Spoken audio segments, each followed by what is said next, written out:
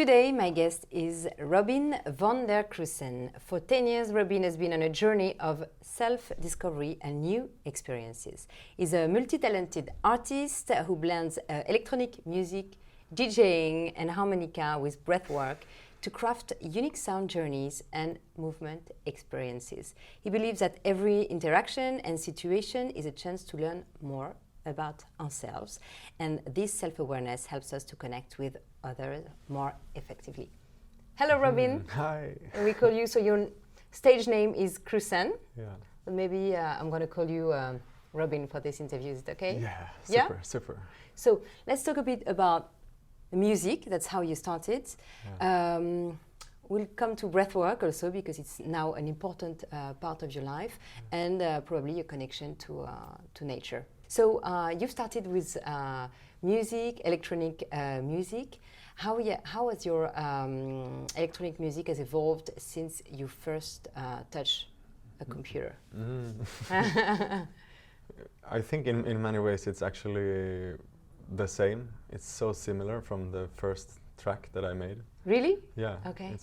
It's just been, I guess, refined in a way over and over again over the last 10, 11, 12 years. But it was, in the beginning, it was similar as now, with this playful or like, sparkly melodies and things flying around. What did you enjoy the first time you discovered to do electronic music? Did you enjoy electronic music, I guess, before playing it yourself? Yeah, I did. Not that much. Not that much. Okay. So it was more just the freedom of finding a channel to be creative and not having to practice any instrument. Have you tried before an instrument? Yeah, that's how I started music, playing French horn and piano and yeah. Okay. And now I actually play the harp. So I've gone back again to instruments. Okay, so you have the circle is... so you play the harp. So you like original instrument, old-fashioned instruments in a way? Yeah. Yeah, why? Harp and harmonica is... I'm not sure why. Yeah. Actually, yeah. You don't want to do like everybody, in a way. No, not the classical, like guitar and piano. It's... You like to rediscover other instruments? Yeah? Actually, the inspiration comes from plant medicine ceremonies. Okay. So that's the reason why I play this harp that I play, and the harmonica as well. Can you explain the harp? So the harp was played by a Colombian man that I have worked with a lot. Okay. So he played this in a ceremony, and after a few years of working with him and getting to know the harp, I bought the harp from him. Oh wow! Okay. So I haven't taken any lessons or anything, and I wouldn't call myself a harpist, but I know my way. You like the sounds and you like what it creates, okay? And I like simple repetitions and like this, almost like getting into a trance almost. It's just more like putting a vibe than making a grand performance. Okay. So it's more like providing a space. It's the frequencies? Frequencies, yeah. That talk to you? Okay. Yeah.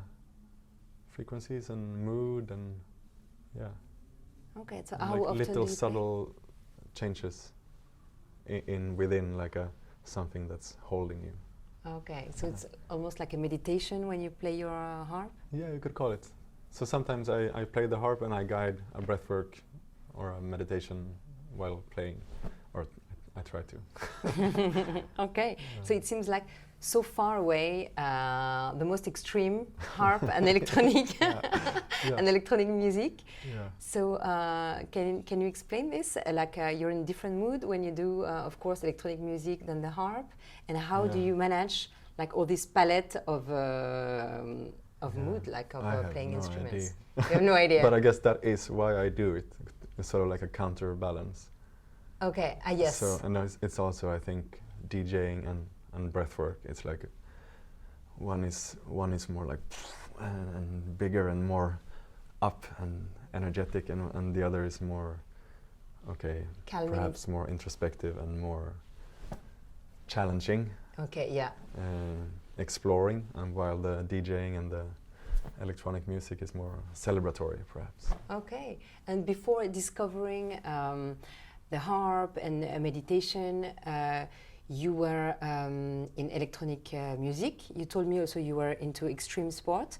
So you have this energy in you that you need to release in extreme and very active things, like music and sports. Yeah, at least I had it, this energy. No, it's still there's still this eagerness. Yeah, so it's been a lot of extreme sports, skateboarding or cliff jumping or kite surfing, and also going into music and DJing in this club life with that energy. Okay. But it's funny, I see this energy nowadays as like more of a, back then it was for me just joy and fun and, you know. You were not conscious about this energy, no? No, not really. Right. It was just, I need to do this. Yeah. But when I look back now, it's I can see the kind of the distraction or the like the obsessiveness in it.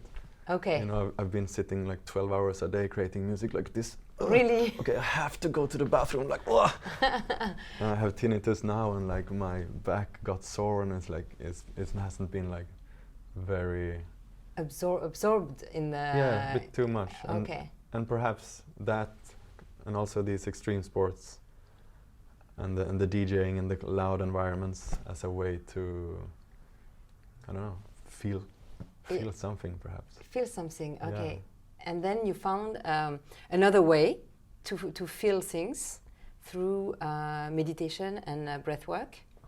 Can we come back on the probably the first moment where you discovered like the power of breathing? Yeah, I had one experience. I didn't know what I was going into, so suddenly I was in a breathwork session in a festival, and that ended up me just crying and crying and crying. Wow. And I never cry. I don't remember crying. Okay. So that you're was not like me. You're not a crying person. But I'm becoming. I'm softening more and more. Okay. So you discovered breath. What type of what kind of experience was it? Yeah. Yeah, this was like alongside a gong symbol. Okay. So we're breathing and making sound with this gong, and eventually I just exploded, and yeah, it was really like a pivotal moment because I had no idea that this was possible. And then you decided you wanted to focus on this, to dive into this kind of experiences. It was no doubt after that. I was like, okay, this is too interesting. Too good. Okay. Yeah. So I started mainly just exploring by myself. Wow. For like 6 months and I was traveling a lot with the DJing, so everywhere I went, in hotel rooms or in the jungle, I was yeah, really. But still lots of the same energy of like you know, going extreme, pushing it, going somewhere other than perhaps okay, what's going on right here, right now. Yeah. So it was still like the same. You were chasing something from outside. Something. Okay. Yeah. Ah, that's interesting. Okay, because you were doing it alone at the beginning. Yeah. So you were reading books. You were going on internet. How did you do your investigation? Yeah. But mainly just breathing more than usual, and just being aware of your breath. Being aware of your breath. Yeah. And just at that time, just breathing to get into some other states. Just to change the state. Of myself. To go to transcendental states, or just to keep your mind peaceful? Yeah, really to transcend, to go into this ecstatic state. Oh, okay. You were chasing this, yeah. Yeah. Yeah. And now, are you still chasing this, or the transcendental state, or you have a more relaxed approach to breathing? Yeah. Yeah, it's quite a bit more relaxed. More relaxed. But I came in touch with this. This modality that I'm a teacher of now, which is called. Please, can you explain? Yeah, it's vibration. Yeah. It's called. So it's also a meditation. So it's not only breathing and seeing what happens. It's breathing to support feeling awareness. So you always focus on the strongest feeling in the body. Okay. So I breathe to be able to feel what's going on in my body, moment by moment. So this really has confronted me with like okay, well, where are you going, Robin? Like, can you just be here and feel what's happening in your body? And now, would you be able to say what you're feeling in your body, even without breathing? Like, yeah, yeah. Could you tell me? And the first thing I notice is some sensations in my forehead. Okay. And a little slight tightness in my throat. It's a lot in the on this front side. Okay, it's because you're doing an interview and or not? It's for me. I try to not always. I don't want to analyze it, label it. At least not in this practice. Okay. I just want to stay with the sensation. I want to stay at this feeling level. So if I can just welcome these sensations into my experience, like really welcome this and just bring that into here and now. So I'm kind of welcoming more of myself. That's how it feels. Wow. If I bring these sensations, I include them, welcome them, and let them contribute to my experience of here and now. Okay, so and what you feel here is like a bit uncomfortable or painful, or what is it? Like sometimes you feel great in the part of your body, or it's always a little bit like uncomfortable when you notice something in your body? Yeah, it can be anything. It can be anything. It can be super uncomfortable, really painful, but then the practice is really to go into the sensation and explore it in even more detail. So if this sensation here in my forehead, it's not pleasant as I feel it now, it's a little bit, I wish it weren't there. Yeah, okay. But if I just tune it in, I just let go of any label of why it is there or what it is, even if it's unpleasant, or especially if it's unpleasant, I just tune it in more and more. I feel it in its subtle changes. Yeah. And I relax in its presence. So I can kind of allow that to integrate. As opposed to me like, oh, I wish it weren't there, like having this resistance. Yeah. So I release the resistance. Okay. Basically. And do you think this thing in your head is here to help you or to tell you something, or Definitely, yeah. And I might, like by doing this, by feeling it in more detail, welcoming it in, the sensation, just the physical sensation. Like there might come an insight or a memory while I do this. Really? So I see sensations in my body as a direct link, like the pole that fireman goes down into my unconscious. Okay. To my subconscious. How did you learn to do this? How do you practice, and how do you teach? I guess that's what you're teaching to other people during the retreats with your partner. That's what you teach to people. So how did you first learn how to do that, to identify things in your body? Was it difficult for you, because were you aware of your body before? I think it's very difficult to be aware of one's body when living in a city, or even not living in a city, anywhere. I think it's very difficult to access our body, and with education, the way we're raised, and for many reasons. And how do you teach beginners to do that? So many questions, I'm sorry. Yeah, it's great. It's freaking hard, and it's been really hard for me. It still is. At sometimes I don't want to feel, I can't feel, like I don't even want to breathe. There's this wanting to be in my head. Yeah, yeah. And starting out with this, also, as I said, I was really confronted with this, like this chasing of going somewhere, just breathing more and more and more, instead of just feeling what's already here, because the body is sending signals the whole time. But it's just been practice. Doing it a lot. Okay. So for a beginner, how would you teach a beginner the first steps for a beginner when you have students? What the first things you tell them to do? You can do little exercise like squeezing your finger and like feeling the sensations in your finger. Yeah. And like stuff like this. There's really simple exercises. Okay. But mainly it's just bring your awareness inside your body. It's like maybe that is also a vague invitation for some, but if we focus on our body, what we feel, so any feeling, even if it's just the pressure of your butt against the floor, against the chair. Yeah, yeah. So if you can feel that, that's like an entry point to the felt sense of the body. Okay, yeah. And then if we start breathing, we'll feel more. So breathing more is feeling more. So it's like the turning up the volume. Okay.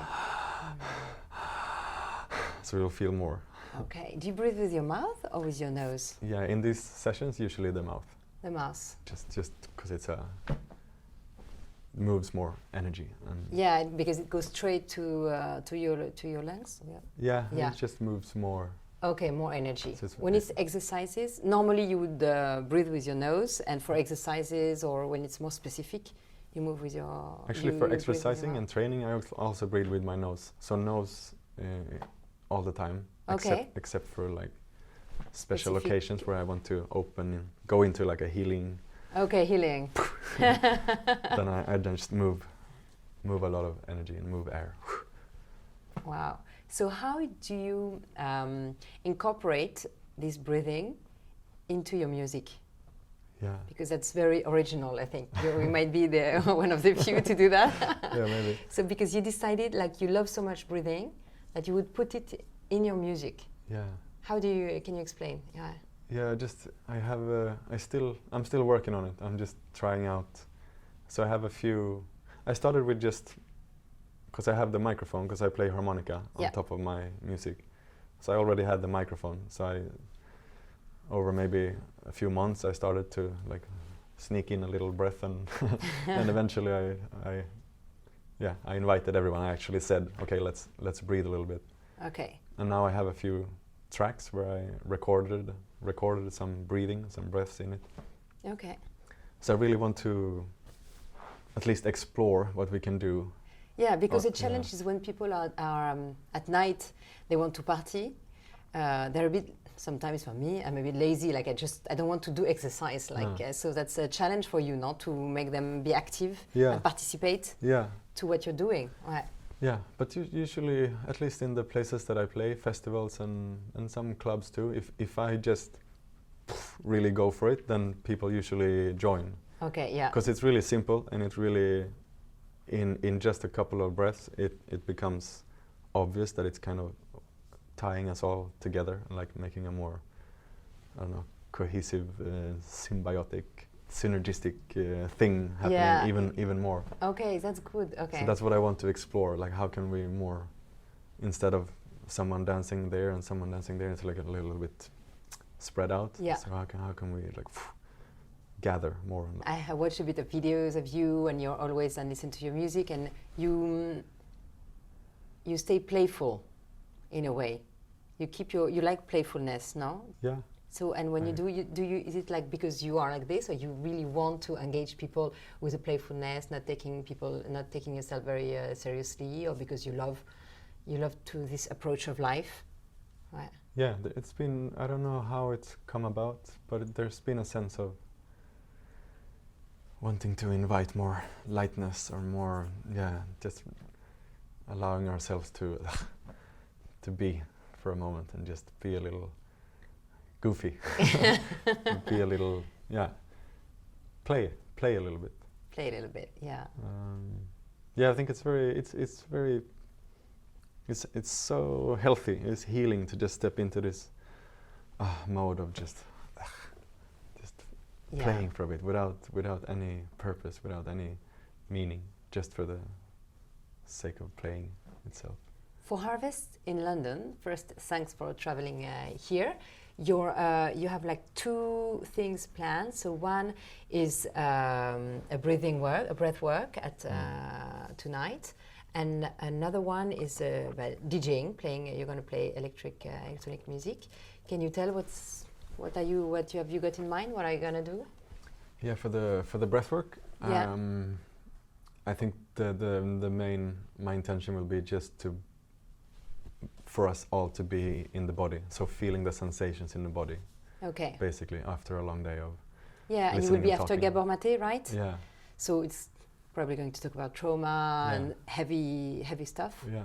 So how do you approach it? Yeah, you want to. So it's super relevant. This is what we are doing, feeling sensations in the body and breathing more and allowing them to surface and to integrate.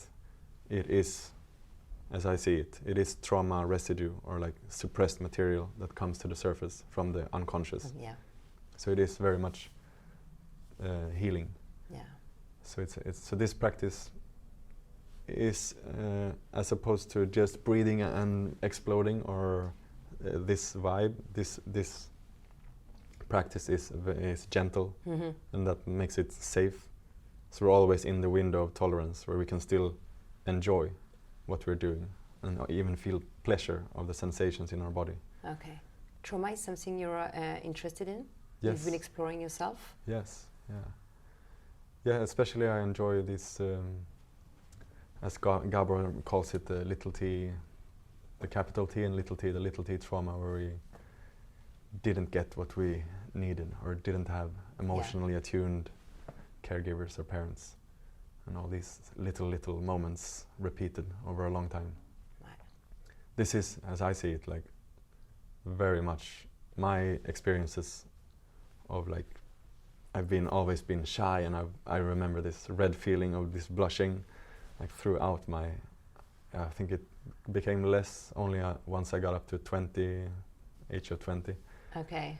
But I definitely think that like I had lots of these experiences during childhood, and that's also why I've been into this extreme sports and finally into breathwork and like pushing and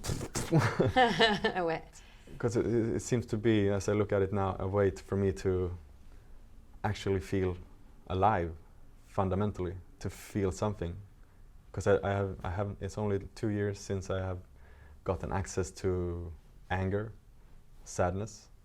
So all of this is quite new. Releasing. And I'm 38. Yeah. You don't look 38, by the way.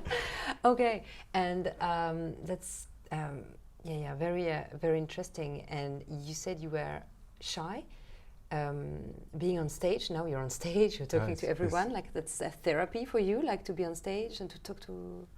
Yeah, I think nowadays it's becoming a therapy. But it's been really challenging. Yeah, clearly. Okay. Yeah, and also once I made the decision to play my music only, so then it became really like, okay, it's just me and my music. But yeah, nowadays it's really I'm always confronted with this shyness still, or like this awkwardness of being this massive. This focal point with all the eyes, and it's still really like bringing up a lot in me. But it's the breathing comes in and just feeling into the body again and again, finding ways to be with what's happening in myself, and gradually, increasingly becoming more and more freer, more free, from this more contracted. Where the energy just goes into a red head and it's like, oof. Yeah. So gradually becoming a more free, relaxed, like this type of being. I want to do like this type of Robin. Oh, that's cool. Okay. So you said like breath helped you a lot, and I had the pleasure to meet yesterday Torun, your partner. She helped you a lot.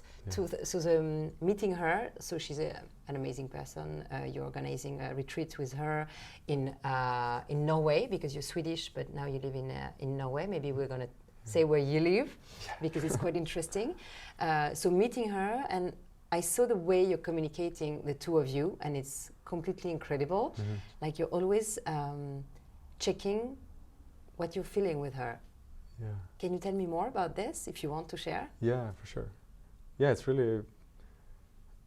we took some courses and went to some weekends and retreats with this relating practices, and then we've just brought it into daily life. So we sit down and we do these practices where we just how are you right now? It's very simple, and you share and I share like what's happening in me while listening to you, and we always or try to like check in if I bring up something, or like how is this for you to hear? How did that land with you? And okay, when you said this, actually this happened in me. So we're kind of trying to and by now it goes quite natural. Really? So okay. Must be a bit addictive, no? It's very it is addictive, yeah. It has such a negative no, in a positive way, exactly. But it's in really how do you say, hooking? It's really nurturing. Yeah. So just like yesterday, before coming here, we sat down for half an hour. So instead of like having a pre-drink or something, we just sit down and we go into this, exploring what's here right now between us, what's happening in you, what's happening in me. And it's really nurturing. Like even if like initially it's like, oh, shall we really do this rigid go drink structured straight practice? Can we just but it takes a few sentences and it's like you get really engaged and like wow yeah, and you get so much energy from it. That's so crazy. Okay, and so you arrive at the party where you could be like a bit stressed, or I don't know, like in a certain way, and with a lot of people that you don't know, and so it's exciting, but it could also be like a part of stress. So you arrive stronger, the both of you, and more connected at the dinner. Yeah, both connected to each other and more centered in ourselves. Yeah, which is kind of the essence, or one way to put it. We get more in touch with what's mine, what's yours, and so how can we be like really stable and grounded in ourselves as separate individuals. Okay. And from this place we also connect in a more intimate, deeper way, it seems. Yes. Which just feels really soothing, nurturing for the soul. It's like it just comes, you know, it's like we're coming alive from the very deepest of ourselves, like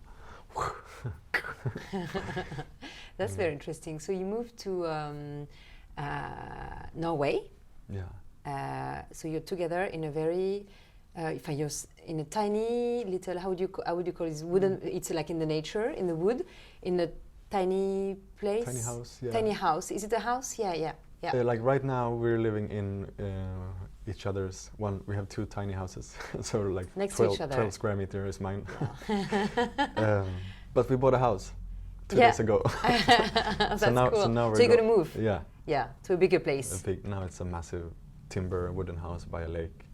So it's a new phase in life for sure. So you're gonna organize retreats there? Yeah, or hopefully. That's the plan. We do these retreats. She's a doctor and also a musician and breath worker.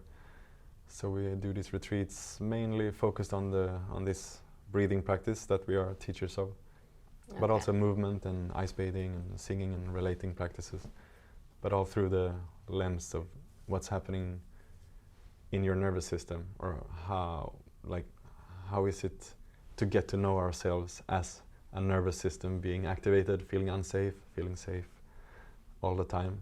And how can we self-regulate? How can we manage by breath, for example, the level of activation in our system in any given moment?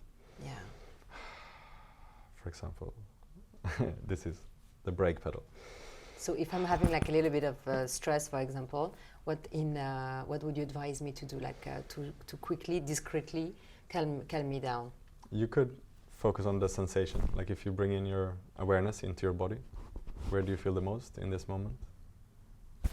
Maybe you're showing me the chest. Maybe here. Yeah. But I need to think about my next question. That's a problem. Okay. No, that wasn't me. But maybe if you do this, the question comes. Yeah, comes from a different place. From a different place. Yeah. Yeah, you're right. So what's the question? I forgot my question. No. No, I wanted to know how, since you moved in the nature, how it changed your spirituality, your life, and when you arrive in London, how do you do to cope with such a big city with big noise? Like it's a shock, no? When you arrive from your place and super calm and everything, you're a different person probably in the nature, more relaxed, and then you arrive in London, in the city. How do you do that? I think the main thing about being in the forest every day is this sensitivity is just allowed to come alive again, to be sensitive to everything, to what's happening inside, to what's happening outside. But as you say, like that becomes also a challenge when coming into sounds like I'm a total hermit outside, but it's not really that extreme, but it's still challenging to go into the city sometimes when there's so much stimuli. It just sounds but again, bringing the awareness inside. Okay, what can I feel in my body? So just bringing the awareness, conserving the energy, as opposed to, because when I'm like this, listening, looking at everything, like it's like energy leakage, like not energy in some sort of vague, mystical thing necessarily. It's just my energy, my level of energy, inspiration is kind of leaking a little bit if I'm always looking around and listening. But if I can use it to notice what's happening in my body, it's more conserving and replenishing. But for yesterday, when we came in in the taxi, we oh, you're gonna say that? Sorry, I love it. Because I was really we sat and was quite tired. So we asked him if we could put on like just a drone, like a tanpura sound I found on YouTube, like. So we asked the taxi driver, "Are you sure you're okay with this?" He was like, "Yeah, go for it." So we sat and hummed for like half an hour. Just sang in the Uber. In the Uber. We invited the taxi driver, but he was a little bit shy. But it's really like this, conserving staying with with ourselves, so not being drained. Yeah. Like really cultivating. Yeah, but that's an effort. Yeah. And it is an effort, but it's really it feels amazing. Okay. So one question I had, my question after the meditation is, when you feel so peaceful and so connected, how do you deal with day-to-day life? Like, does it make you, because you still have a job and you need to pay the bills, to have a job, and sometimes to be a bit, I don't know, like I would say competitive in the market. I don't know, like to fight a bit to have contracts or anything. So how do you deal with these two aspects of life? Yeah, like for someone out there, or for me personally? For you, because I don't really have this. You don't jobs come to you. Okay, you don't have to. It's a very funny lifestyle. So I have lots of free time, and then I go travel or do something. Lots of free time, and then it's a retreat. So my rhythm in life is like that. It goes in bouts, but it's so you never really have to face negative situations in your life. For sure, but they are, as I see it more, or as I experience it, is more social, like with my partner or in social settings, rather than work related. Okay. Because the work related is more like I'm invited some place to go do what I'm passionate about. So it's it's a real privilege to just go and like give my gift as best as I can. But there is challenging moments, like every time or every now and then. But it's I've the same thing we've been talking about during this. I go into my body and feel what's happening and relax in its presence as best as I can. How do you see yourself in yourself and your business and your retreats in the 5 years? If you think about that. I don't so much, but it's interesting to. I've never been the one to set goals or have high aspirations. It's been like a weird thing of just flowing. Navigating, okay. But I could see our retreats being more accessible for anyone.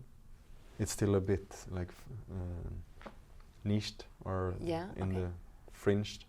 Yeah. Doing breathwork is still a bit weird, a bit strange thing to do. Yeah. Okay. But I can see our retreats becoming more and more like, this is a real thing you can do for anyone.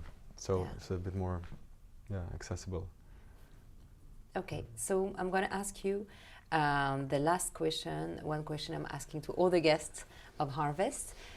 It's related to the edition's theme of Harvest in London. What is your favorite tool to actively transform our society, our planet, or ourselves? The best tool. Yeah. I would say, yeah, this word gentleness comes up. It's been so central to me. So whenever we find ourselves in like any challenging or constricted or not a place where we feel harmonious and are a place or a time where we're not able to act lovingly and compassionately, to be really gentle with ourselves. This has been with ourselves. With ourselves. I think that we have to begin there. So yeah, inwards and okay, what's happening? Can I invite a little bit more gentleness towards my experience? Maybe it's not wrong what's happening in me. Maybe it's just something coming up to be felt, to be acknowledged, to be loved, to be met with gentleness. Thank you, beautiful. Thank you very much, Robin. How do you feel? I feel quite relaxed. Yeah, this funny mix of engagement, aliveness, and also relaxation. I feel good. Good. How are you? I'm good too. I'm very happy. Yeah, very good. happy at this interview and relaxed. More relaxed than before, yeah. So thank you so much. It was a great interview and good luck for the breathwork and for the party tonight. Yeah, thank you. And good to have you.